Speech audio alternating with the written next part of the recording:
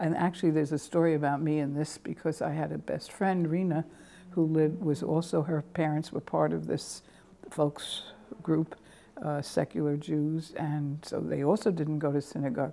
So when we were about 10, Rena and I had this discussion. How come other Jews go to synagogue and we never get to go to synagogue? Why don't we go to synagogue? And then I understood you need tickets. So I approached my father and I said, you know, it was Rosh Hashanah. I said, Rena and I want to go to Shul. I mean, everybody's going to Shul. We should go also. And he said, we don't go. I'm not going. But if you want to go to Shul, you take Rena and you walk over to the Shul and they'll let you in. And I said, well, we don't have tickets. He said, no, 2 Jewish girls come to Shul. You think they're not going to let you in? That's ridiculous. You just go over to the Shul. So we walked a few blocks. It wasn't far. And we got there.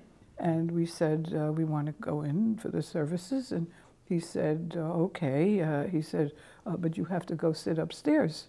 And we said, why do we have to sit upstairs? He said, well, the women sit upstairs, the men sit downstairs. And we each looked at each other and said, we're not going here at all, ever. And we ran home. And I said to my father, listen to this. They told us to go sit upstairs. He said, did I tell you to go to Shul? He said, you wanted to go to Shul. Okay, that was it.